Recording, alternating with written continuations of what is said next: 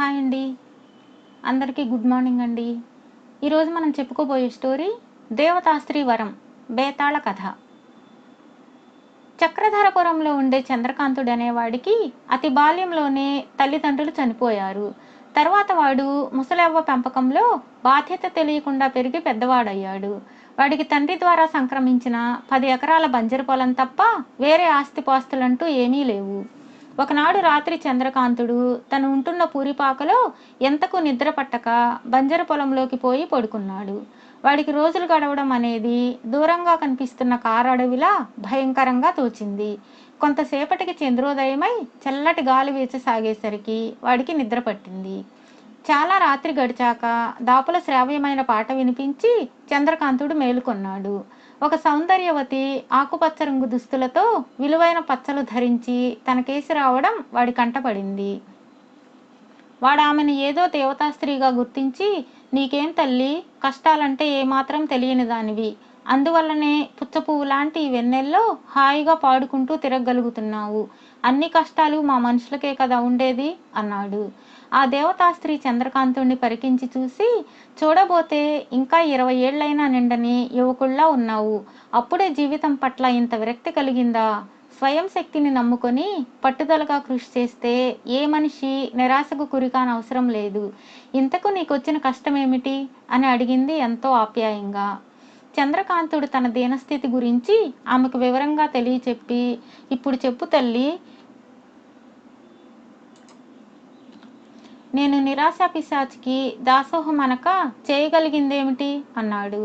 ఆ జవాబుకు దేవతాస్త్రీ చిన్నగా నవ్వి, నీ మూర్ఖత్వం చూస్తుంటే నాకు చాలా జాలి వేస్తున్నది. ఇప్పుడు నువ్వున్న భూమి నీదే కదా, కష్టించి పనిచేసి ఇందులో ఏదైనా పంటలు పండించలేవా అని అడిగింది. తల్లి, ఇది వట్టి బంజరు పొలం, ఎంత కష్టిస్తే మాత్రం ఏ విత్తనమైనా మొలకెత్తుతుందా అన్నాడు చంద్రకాంతుడు. ఆ మాట నిజమే అని దేవతాస్త్రీ ఒక క్షణకాలం ఆలోచించి, నిజంగా నీకు స్వయం కృషిలో నమ్మకం ఉంటే నీకు ఒక వరం ఇస్తాను. నువ్వు నీ చేత్తో ఈ నేలలో వేసిన ఏ విత్తనమైనా తప్పక మొలకెత్తుతుంది. ఇక నీ కృషి ప్రారంభించు. అయితే నా వరానికి ప్రతిఫలంగా నన్ను నా ఇష్టం వచ్చినప్పుడు ఈ ప్రదేశంలో తిరగనిస్తూ వింధ్యవాసిని పూజకు పూలు కోసుకొనివ్వాలి. ఈ పొలంలో ఒక పక్కన అన్ని పూల మొక్కలే వేయాలి. ఆ సంగతి మాత్రం మరవకు అని చెప్పింది. చంద్రకాంతుడు సంతోషంగా ఎందుకు అంగీకరించాడు. ఆ తర్వాత వాడు నెల తిరగకుండానే బంజరు పొలాన్ని శ్రద్ధగా దున్ని బాగు చేసి ఒక పక్క చెరుకు, మరొక పక్క అన్ని రకాల ఫలవృక్షాలు, వేరొక పక్క పూల మొక్కలు నాటాడు. ఆ పొలంలోనే తన కోసం ఒక చిన్న పూరిపాక వేసుకున్నాడు. కొన్నాళ్లకు వాడు నాటిన ప్రతి విత్తనం మొలకెత్తి బంజరు భూమి కాస్త పచ్చగా కన్నుల పండుగగా కనిపించసాగింది. పూల మొక్కలు పుష్పించడం ప్రారంభించాయి. ఒకనాడు చంద్రకాంతుడు రాత్రివేళ పాకలో నిద్రపోతూ ఉండగా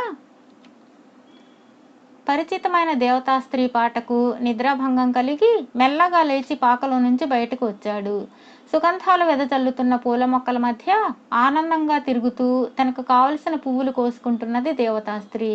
ఆమె చంద్రకాంతుడు తనను సమీపించగానే, చూసావా, మనిషి శ్రమ కూర్చి పని చేయగలిగితే సాధించలేనిది ఏమీ లేదు అన్నది చంద్రకాంతుడిని మెచ్చుకుంటూ. అంతా నీ వరప్రభావమే తల్లి అన్నాడు చంద్రకాంతుడు. అలా అనకు, నీది బంజరు భూమి కాబట్టి నా వరం అవసరమైంది. అదే భూమి మంచిదైతే నా వరంతో పని లేకుండానే విత్తనాలు మొలకెత్తి మంచి ఫలసాయాన్ని ఇస్తాయి. కావలసింది పని మీద శ్రద్ధ, పట్టుదల మాత్రమే అన్నది దేవతాస్త్రీ. అది మొదలు తరచూ ఆ దేవతాస్త్రీ మొక్కలను ఆప్యాయంగా సవరిస్తూ రాత్రి వేళల్లో స్వేచ్ఛగా చంద్రకాంతుడి పూల తోటలో తిరుగుతూ ఉండేది. అందువల్లనే కావచ్చు 5 ఏళ్లకు కానీ కాపు పట్టని ఫలవృక్షాలు 2 సంవత్సరాలకే నిండుగా కాపు పట్టాయి. చెరుకు, వరి పంటలు పుష్కలంగా పండడంతో చంద్రకాంతుడు ఏనాడు కళ్ళజోడనంత ధనం వాడి పాకలో పోగుపడింది. అంత ధనం చూడగానే వాడికి తన పూరిపాక మీద రోత పుట్టింది. వాడు దాని స్థానంలో పెద్ద డాబా ఇల్లు కట్టించాడు. అయితే స్థలం చాలక కొన్ని పూల మొక్కలను, ఫలవృక్షాలను నరికించాడు. ఒక రాత్రి దేవతాస్త్రీ నరికిన ఒక చెట్టు మోడు మీద కూర్చుని చుట్టూ కలిగి చూస్తూ కన్నీరు కార్చసాగింది. చంద్రకాంతుడు ఆమెను చూసి కూడా చూడనట్లు తన డాబాలోకి వెళ్ళిపోయాడు. తన వద్ద డబ్బు బాగా చేరడంతో వాడు పొలం పనులు చేసేందుకు చాలామంది పని వాళ్ళను పెట్టుకున్నాడు. పూల తోట పని కూడా తోటమాలులకు అప్పగించాడు. ఈ విధంగా కావలసినంత తీరిక దొరకడంతో వాడు గ్రామంలోని రచ్చబండ దగ్గర చేరి ఉబుసుపోని కబుర్లతో కాలం వృధా చేయసాగాడు. ఒకనాటి రాత్రి దేవతాస్త్రీ వాడితో, ఈ చుట్టుపక్కల చాలామంది మనుషులు మెదులుతూ ఉండడంతో నాకు తోటలో స్వేచ్ఛగా తిరగడానికి ఇబ్బందిగా ఉంటున్నది. మునుపట్లా పూల తోట పనులు, పాదులు చేయడం, నీళ్లు పోయడం నువ్వే చేయడం బాగుంటుంది కదా అన్నది. అందుకు చంద్రకాంతుడు విసుగ్గా, నాకు మునుపటి తీరిక లేదు, ఓపిక అంతకన్నా లేదు.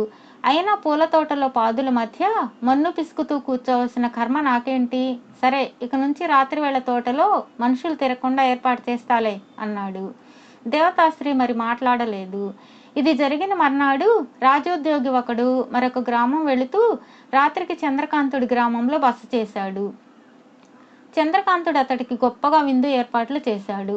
ఆ సమయంలో వాడికి రాజోద్యోగి ద్వారా ఒక సంగతి తెలిసింది. రాజుగారు 4 సంవత్సరాలుగా వీపు మీద ఏదో మానని పుండుతో బాధపడుతున్నాడట. ఎందరు వైద్యులు కూడా దాన్ని కుదర్చలేకపోయారట. అయితే ఈ మధ్య ఒక బైరాగి ఆయనను పరీక్షించి హిమాలయాల్లో అరుదుగా పూసే ఒక పుష్పాన్ని తెప్పించి పుండు మీద రుద్దితే వెంటనే గుణమిస్తుందని చెప్పాడు. కానీ అంత దూరం నుంచి ఎండిపోకుండా ఆ పుష్పాన్ని తేవడం సాధ్యపడదు కాబట్టి తన వెంట ఎవరినైనా పంపితే దాని విత్తనాన్ని ఇచ్చి పంపుతానన్నాడు. ఆ బైరాగి వెంట వెళ్ళిన మనుషులు సంవత్సరం కిందట ఒక విత్తనాన్ని తెచ్చారు. ఇక్కడ వాతావరణం కారణం వల్లనో ఏమో ఆ విత్తనం బాగా పుచ్చిపోయింది. ఇక చేసేది లేక రాజుగారు తన వ్యాధి నయం చేసిన వాడికి అర్ధరాజ్యం ఇస్తానని చాటింపు కూడా వేయించాడు.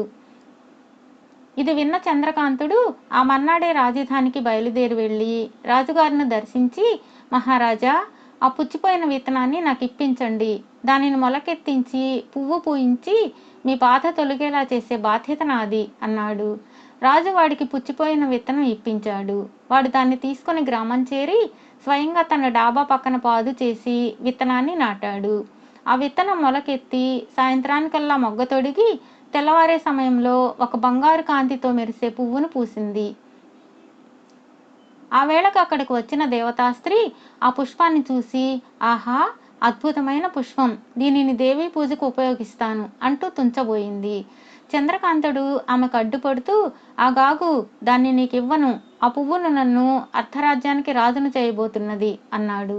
ఆ జవాబుకు దేవతాస్త్రీ ఆశ్చర్యపోయి, ఈ తోటలో పూసిన ఏ పువ్వునైనా నేను కోసుకుంటానని నీకు లోగడే చెప్పాను కదా అన్నది. ఆ ప్రసక్తి ఇప్పుడెందుకు, నేను కాబోయే రాజును అన్నాడు చంద్రకాంతుడు ధీమాగా.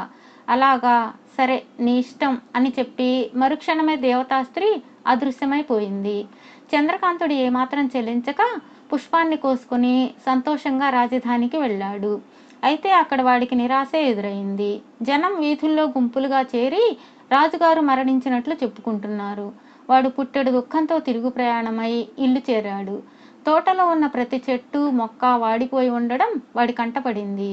ఆ తర్వాత చంద్రకాంతుడు నాటిన ఏ విత్తనం కూడా మొలకెత్తటం అంటూ జరగలేదు.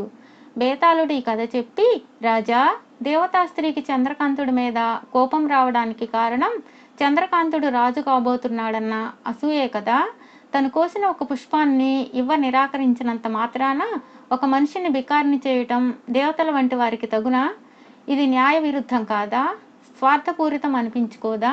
ఈ సందేహాలకు సమాధానం తెలిసి కూడా చెప్పకపోయావో నీ తల పగిలిపోతుంది అన్నాడు.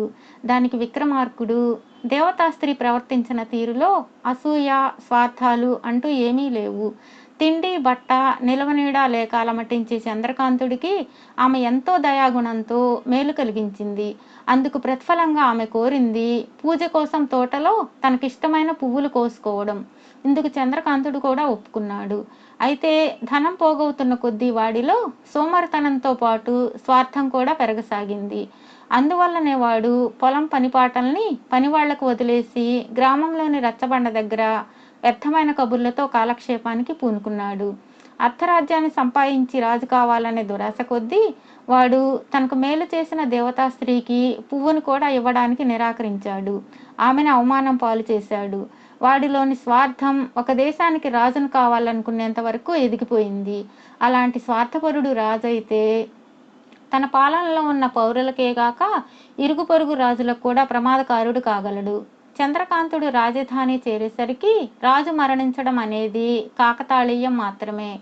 తన స్వార్థం కొద్దీ దేవతా స్త్రీని ఏ క్షణంలో వాడు కించపరిచాడో ఆ క్షణం నుంచే వాడి తోటలోని ఫల పుష్ప వృక్షాలతో పాటు రాజుగారి వ్యాధిని కుదిర్చే అద్భుత శక్తులు గల పుష్పం కూడా తన శక్తిని కోల్పోయింది. ఒక అపాత్రుడికి వరం ఇచ్చి అనుభవం ద్వారా ఆ సంగతి గ్రహించి దేవతాస్త్రీ వరాన్ని ఉపసంహరించుకున్నదే తప్ప అసూయ ద్వేషాల వలన మాత్రం కాదు అన్నాడు. రాజుకు ఈ విధంగా మౌనభంగం కలగగానే బేతాళుడు శవంతో సహా మాయమై తిరిగి చెట్టెక్కాడు.